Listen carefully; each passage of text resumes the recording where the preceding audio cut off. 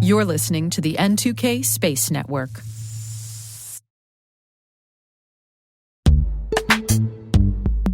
Looking for a career where innovation meets impact? Vanguard's technology team is shaping the future of financial services by solving complex challenges with cutting-edge solutions.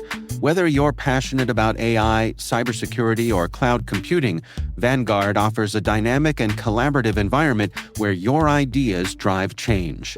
With career growth opportunities and a focus on work-life balance, you'll have the flexibility to thrive both professionally and personally. Explore open cybersecurity and technology roles today at vanguardjobs.com.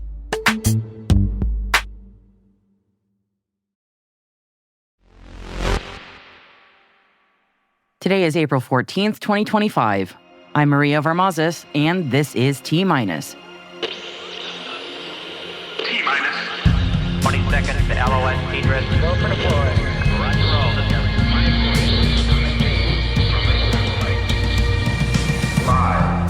India and the UAE strengthen ties across defense, trade, technology, and space. 4. Satellogic has been awarded a $30 million contract to provide analytics from its AI-first constellation to a strategic defense and security customer. 3. NASA calls for business models that propose new approaches to solving complex Earth science problems using unconventional computing methods. 2. A leaked copy of the U.S. administration's 2026 budget request includes a 47% cut to NASA's science programs. 1. Blue Origin carries the first all-female crew to the Kármán line. 0.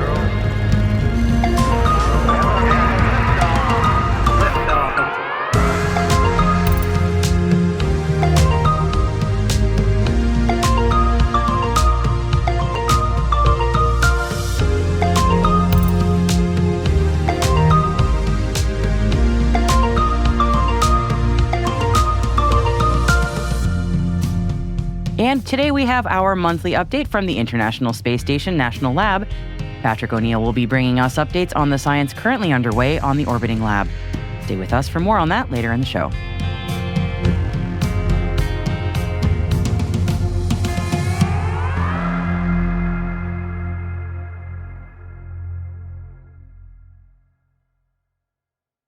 Happy Monday, everybody. Let's dive into today's Intel briefing, shall we? The first all-female crew flight to space lifted off this morning from Van Horn, Texas. Blue Origin's NS-31 flight carried a pop star, a civil rights leader, a tech founder, a journalist, a producer, and an engineer to the Kármán line and back to Earth.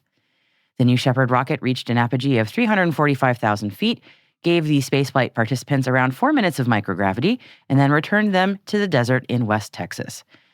The run-up to this launch has stirred a lot of mixed feelings about the importance and impact of the mission. Even amongst our team, there were differences of opinion on whether this morning's launch should have had as much coverage as it did. One thing is for sure, they did an amazing job with the live stream, and our friends at Teachers in Space had their payload on board, which included student-designed sensors to measure environmental factors from classrooms in New Mexico, Kansas, and Maine. Perhaps any mission that attracts attention on human spaceflight and the importance of space science is a win? We finished last week's show with some disappointing news leaked from the U.S. administration. A copy of the 2026 budget has been shared online, which includes a possible 47% cut to NASA's Science Mission Directorate. A draft of the White House's budget proposal was reportedly sent to NASA on April 10th by the Office of Management and Budget. It would cut around 20% from the agency's overall spending levels. The proposed cut to science would, quote, assume no other funding for telescopes aside from Webb and Hubble, meaning an end to the already completed Roman Space Telescope before its anticipated launch in 2 years. A cut of this size to the SMB would also put the future of NASA Goddard Space Flight Center and its nearly 10,000 employees and contractors into question. Understandably, the news has not been well received by those working in space-based science and among those sharing the information. Of the many organizations advocating for change before the budget is made official is the Planetary Society, calling these proposed cuts, quote, an extinction-level event for the Earth and space science communities. They say that it will affect decades of work and tens of billions in taxpayers' investment. to say nothing of ripple effects to facilities such as Goddard and Wallops. The Planetary Society are among the many groups calling on Congress to reject these cuts and restore proper funding to NASA science. Even presidential advisor and head of DOGE Elon Musk said reports about the budget proposal were troubling. We will keep an eye on this story as it continues to unfold. Speaking of NASA, but different news this time, NASA is seeking business models that propose new approaches to solving complex Earth science problems using unconventional computing methods. The agency's Beyond the Algorithm Challenge, which is sponsored by NASA's Earth Science Technology Office, is asking for proposals to more rapidly and accurately understand our home planet using transformative computing methods such as quantum computing, quantum machine learning, neuromorphic computing, in-memory computing, or other approaches. Very apt on World Quantum Day. More on that later in the show. Anyway, participant submissions are due on July 25th and will be evaluated based on creativity, technical feasibility, kind of important, impact, business model evaluation, and presentation. Up to 10 finalists will be invited to present their ideas to a panel of judges at a live pitch event, and winners will receive a monetary prize. More details can be found by following the link in our show notes. Satellogic has been awarded a $30 million contract to provide analytics from its AI-first constellation to a strategic defense and security customer. Under the terms of the agreement, Satellogic will deliver multiband optical imagery captured by the satellite constellation. Satellogic says the constellation is designed to run AI algorithms in real time, enabling advanced defense and security surveillance applications, including rapid change monitoring, detection of defense targets, pattern of life assessment, and monitoring of other sensitive defense sites. Leaders from India and the UAE met last week to strengthen ties across defense, trade, technology, and space. Crown Prince Sheikh Hamdan bin Mohammed Al Maktoum, who is the Deputy Prime Minister and Defense Minister of the UAE, visited India to discuss the India-UAE Comprehensive Strategic Partnership. And India's Prime Minister Modi said of the visit that Dubai, one of the 7 emirates of the UAE, has played a, quote, key role in advancing the India-UAE Comprehensive Strategic Partnership, and Sheikh Hamdan's, quote, special visit reaffirms our deep-rooted friendship and paves the way for even stronger collaboration in the future.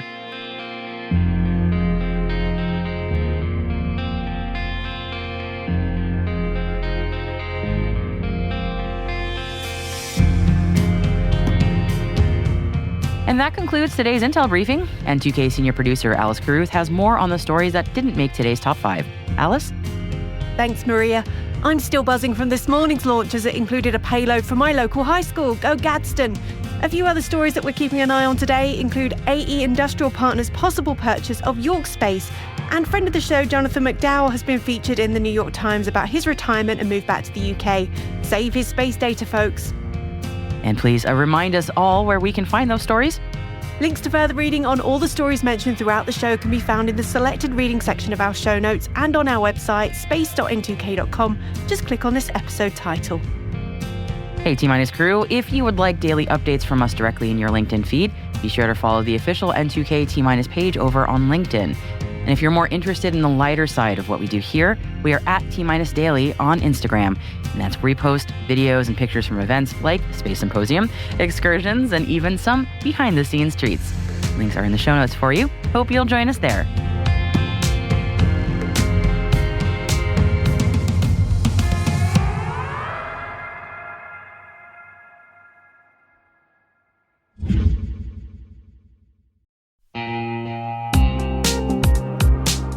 Cyber threats are evolving every second, and staying ahead is more than just a challenge, it's a necessity. That's why we're thrilled to partner with ThreatLocker, the cybersecurity solution trusted by businesses worldwide. ThreatLocker is a full suite of solutions designed to give you total control, stopping unauthorized applications, securing sensitive data, and ensuring your organization runs smoothly and securely. Visit threatlocker.com today to see how a default deny approach can keep your company safe and compliant.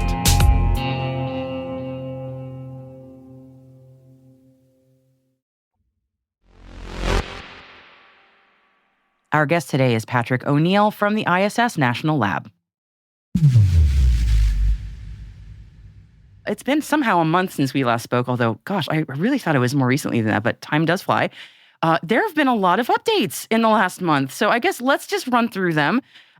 There were some, on the show we were talking about how The recent Cygnus mission is been indefinitely delayed. I was super curious about how a delay like that would affect the upcoming CRS-32. Like, is it a Jenga situation where we can sort of like put more in the trunk? Like, how does that kind of delay affect what's going on? Well, I wouldn't call it Jenga, but what I would call it is Tetris. So, Okay. Well, Tetris. yeah, so these are conversations that our team is actively having with the ISS program. In fact, they already have happened. So, SpaceX CRS-32, it's going to be the next resupply mission to the orbiting laboratory in later April timeframe. When we had these missions, we're looking at sending both research as well as critical cargo for the crew. Given the fact that there will be a delay with the next Northrop Grumman resupply mission to station, that means we're going to be sending more cargo for the crew to ensure that they are able to live and work nominally on the space station. So safety is the biggest priority for us. So that's going to be a big consideration for CRS-32. That being said, there is still going to be a lot of great science that's going up on that mission that will keep the astronauts very busy. So we're excited to talk about some of those investigations that are going to be forthcoming. Actually, we will be having a webinar to talk about some of the science that will be happening on April 16th at 1 p.m. Eastern Time. Unfortunately, it will be hosted and moderated by myself. But nonetheless, we will have a variety of researchers, NASA representatives, and ISS National Lab peeps talking about the great things they're flying on that mission. That's exciting. Can we get a little sample teaser of what's coming up? Is that something we can talk about? Yeah, we certainly can. So there's going to be 2 investigations that are sponsored by the National Lab that are going to be on that webinar. One of them is from a company called Escra Biotech, and they are a spin-out of University of Connecticut, right in your neck of the woods. Nice. Yep. UConn. I had the chance to go and meet with those researchers. We're doing a video for the investigation they're sending. It's Janus-based nanoparticles. So basically the Janus, like I guess it's a Greek mythology figure where the two-headed, the two-faced. Yeah, right. yeah. Okay, yeah. So they're doing research where they're looking to try to combat both osteoarthritis as well as things that could have like tumor or cancer implications. So it's like literally the two-headed concept. Wow. So it runs the full gamut of the type of biomedical research you can do on station. And so, if it could have wide-ranging implications for things like that, what else could it have implications towards? So this team has launched 4 investigations, I want to say, already. This will be their 5th one that is forthcoming on this mission. So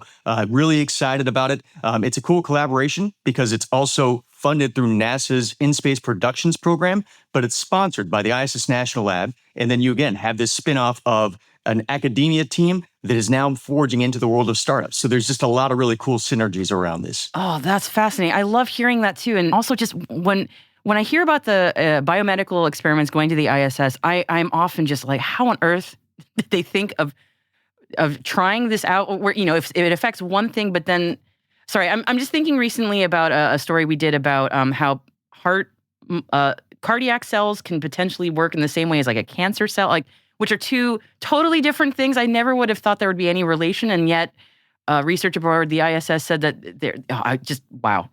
So when I was meeting with them, I was equally kind of having that same wow moment. Yeah. And it reminded me of a conversation that we had with former astronaut Millie Hughes Fulford. And she was talking about mRNA technology. And this was back in the time frame 10 years ago or so, where it was still very, very novel. When nobody was talking about it. Yeah. But the way that she phrased it, I thought was really, really fascinating was, oftentimes we're treating diseases or issues. Think of a waterfall. We're treating it when the water's hitting down at the bottom. But what we're trying to do is we're trying to catch it at the very top before it even goes over the side. And in some ways that resonated with me, where it's like, if you can catch these things early enough in the process, or you recognize that someone's, physical makeup would be open, or like they'd be more prone to getting something like this type of a cancer or an osteoarthritis situation, how can we try to prevent that up front? And I think that that's kind of what their team is talking about doing. Similarly, they are excited, as well as a lot of other biomedical investigators, of getting something to market faster, accelerating the idea not only of having something work, but also maybe accelerating the idea of this isn't going to work. And instead of us allocating time, effort, and energy towards something that's not going to work in the long run, well, let's focus on things that we see advancements around that's going to save us money, that's going to save us time. Absolutely. Yeah. I mean, that's often the next question people ask when they hear, the general public hears about all this cool research happening, is like, well, what are we going to do with that? So it feels like the sort of natural follow-on for me to awkwardly segue into the orbital edge accelerator news that I was just reading about recently. I would love for you to tell me more about this because it sounds super fascinating. Yeah. So I would preface up front by saying that the ISS National Lab has long since had a very strong, push towards startup companies and making sure that they have the ability to access and leverage the space station. Over the years, startup companies have actually amassed more than $2.4 billion in post-flight funding, which really demonstrates that they're learning a lot of things and they have the opportunity to then talk to investors and say, we're doing cool things that really push the boundaries of innovation, and then they get more capital based on that. But the Orbital Edge Startup Accelerator Program is one in conjunction with a variety of partners where we have 3 funding entities that will allocate their own dollars, and we will select 6 cohorts, as we like to call them, or 6 startups. Each one of these startups will receive up to $500,000 investment from these funding entities. And we hope that it's going to be kind of across the board where it's not just biomedical research, but if is it companies that want to validate a technology on station, or is it advanced materials, things like that. So the accelerator is now open. And we were actually going to be kind of traveling all over the United States, meeting with a lot of different partners. I mean, we even have entities like AWS who are involved from a corporate sponsor perspective, where they're trying to leverage their startup community, get them excited about, hey, have you ever thought about doing something on the space station? And on top of that, you have these funders that would be in a position to go out there and provide investment that would allow for you to continue to grow in your work on the space station. And who knows what that might lead to. So again, startups have been a very, very important part of R&D on station to begin with. We hope that through accelerator programs that we're leading, like this, the Orbital Edge Accelerator, that it will only open the door for more startups to take advantage of this great platform. That sounds fascinating. You mentioned a bit about sort of the kind of efforts that you want to accelerate, not just biomedical, but other. Can you tell me a bit more about maybe other things you might be looking for, just so people can keep their antenna out? Yeah. So, I mean, the biggest areas where we constantly are kind of focused on would be biomedical research, technology development, advanced materials, and then remote sensing. I think that those are kind of the sweet spots. We talk about the notion of in-space manufacturing, in-space production. We just talked about that with like kind of this Yukon team, where that's kind of their focus is as well. But those are kind of the areas I would say that for these types of investigators, we're not necessarily looking probably for fundamental research, but rather more applied methods, things that can really help you in the here, in the now, and help us in the not too distant future from a humanitarian perspective. That's fantastic. I'm so looking forward to hearing who becomes a part of that and where that goes from there, because that's just, as I said, that is usually the next logical question in the chain, and I love knowing that you all are directly working on that. I can tell you where we expect to make some of those announcements as well. And on top of that, we just announced that the ISS Research and Development Conference will be returning to Seattle, Washington. Our expectation is that the 6 selected cohorts or startups, they will be joining us at that conference. It's going to be July 28th through 31st. So encourage everyone to go to issconference.org to learn more about the conference, how to register, how to get involved. And there we'll talk about everything from startups to all the great things that have been happening on station in the last year, as well as what's going to be happening moving forward.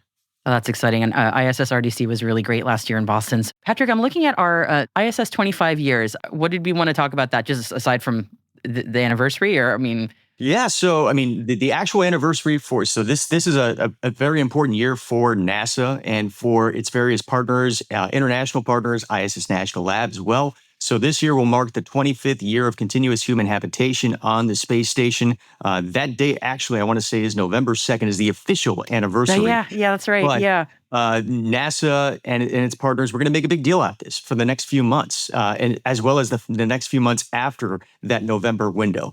And we just want to make it very clear to the public the great things that have happened on station, the ability to do research, live and work in space, the great things that it's brought to us across the board, as well as what we expect is going to happen in the future and how space station can contribute to that. So again, great anniversary. We love the opportunity to showcase station in a way where hopefully it will resonate with the general public and they can understand, again, the value that space-based R&D brings to us on a daily basis, and just the general inspiration of what it's like for us to live and work collaboratively in a novel and extreme environment.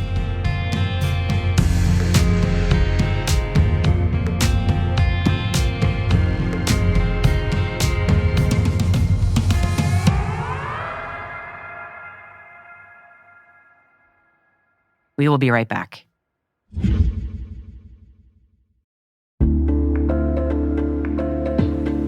What's the common denominator in security incidents? Escalations and lateral movement. When a privileged account is compromised, attackers can seize control of critical assets. With bad directory hygiene and years of technical debt, identity attack paths are easy targets for threat actors to exploit, but hard for defenders to detect. This poses risk in Active Directory, Entra ID, and hybrid configurations. Identity leaders are reducing such risks with attack path management. You can learn how attack path management is connecting identity and security teams while reducing risk with Bloodhound Enterprise, powered by SpecterOps. Head to specterops.io today to learn more. SpecterOps, see your attack paths the way adversaries do.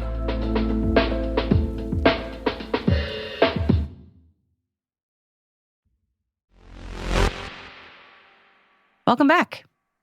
Today is World Quantum Day, and it is also not World Quantum Day. It depends on how you look at it. April 14th is the designated World Quantum Day celebration in reference to Planck's constant, which is a key mathematical constant used in quantum mechanics, rounded to 2 decimal places to 4.14, which is how we would write April 14th in the United States notation. Sorry, rest of the world, it's hard to find a 14th month on most calendars. World Quantum Day is a decentralized, worldwide celebration that invites us all to celebrate quantum technologies and future quantum developments in tech like quantum computing and cryptography, which we actually talk about now and then on T-. But did you know that some medical imaging techniques such as MRIs and CAT scans are also based on quantum physics? Personally, I did not. So there you go. Now we're appreciating quantum science and technology all entangled together. So a happy World Quantum Day to all who observe it.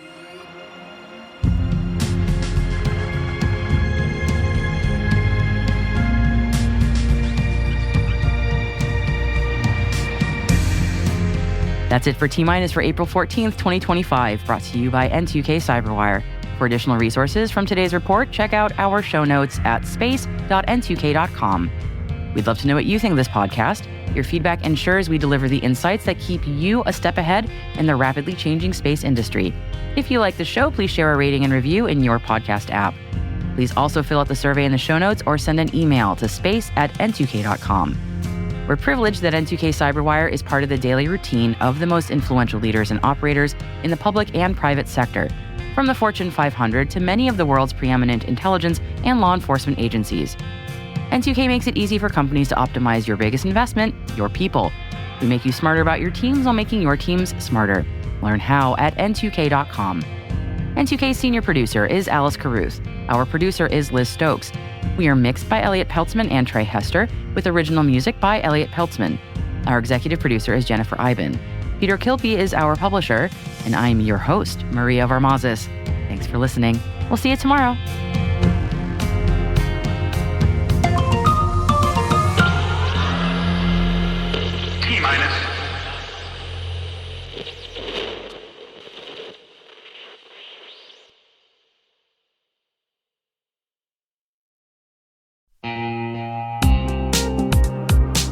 Bad actors don't break in, they log in.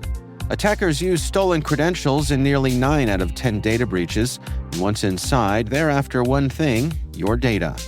Varonis's AI-powered data security platform secures your data at scale. Across LaaS, SaaS, and hybrid cloud environments, join thousands of organizations who trust Varonis to keep their data safe. Get a free data risk assessment at varonis.com.